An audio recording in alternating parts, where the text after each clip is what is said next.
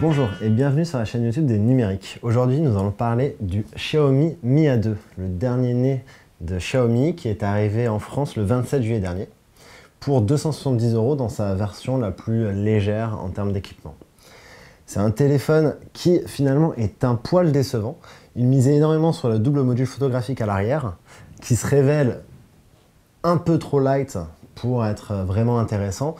En réalité, les photos sont de bonne qualité, mais il y a en fait un logiciel de traitement qui est beaucoup trop présent et qui lise beaucoup trop les photos. L'avantage, c'est le mode portrait qui réalise un bokeh très très bon, qui différencie vraiment le sujet pris en photo et l'arrière-plan. Mais encore une fois, le sujet pris en photo va être très très lissé. En termes d'équipement, Xiaomi est toujours aussi agressif dans son rapport qualité-prix, puisqu'en fait, le Mi A2 est équipé d'une puce Snapdragon 660 et de 4 jusqu'à 6 Go de RAM selon les versions.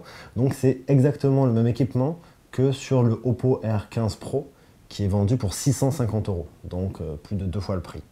La dalle IPS choisie par Xiaomi sur le Mi A2 est plutôt bonne. Elle a une colorimétrie peut-être un peu élevée, mais c'est pas vraiment dérangeant.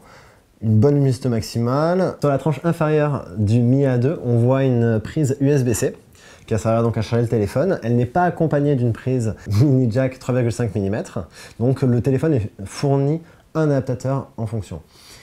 En termes d'autonomie, le téléphone déçoit un petit peu, puisque là où son cousin, le Redmi Note 5, faisait des performances incroyables en montant jusqu'à 21 h sur SmartVisor, celui-là ne fait que 9 h 20. Donc c'est un petit défaut, mais qui est peut-être dû à une des nouveautés de ce Mi A2, Android One, donc la version la plus pure d'Android, avec des mises à jour qui sont proposées directement par Google et non pas par les constructeurs.